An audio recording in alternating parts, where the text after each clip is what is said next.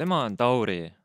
Taurile meeldib online-keskkonnas vaadata oma lemmikut striimerit, kellele meeldib reageerida teiste loodud sisule. Striimer on oma vaatajateni, sealhulgas Taurini, toonud uue ja põneva päriselu seriaali, mida ta vaatab ja millele ta reageerib koos oma chatiga.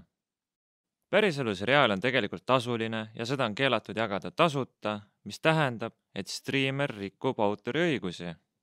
Tauri otsustab salvestada striimist lõigu, mis on tema jaoks naljakas. Ta monteerib klipi ja laeb selle sotsiaalmeediasse üles teistele vaatamiseks. Videot saadab edu ja see meeldib teistelegi.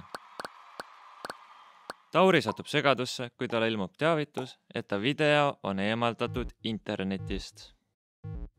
Võtsime sinu video maha, Tauri, kuna see rikkus autoriõigusi. Striimer jagas seriaali, mida ta ei oleks tohtinud. Sina jagasid seda omakorda edasi.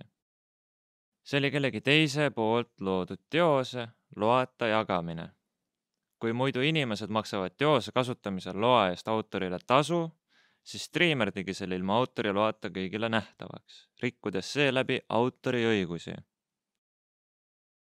Kas nüüd on sulle selge, Tauri, mis sa valesti tegid?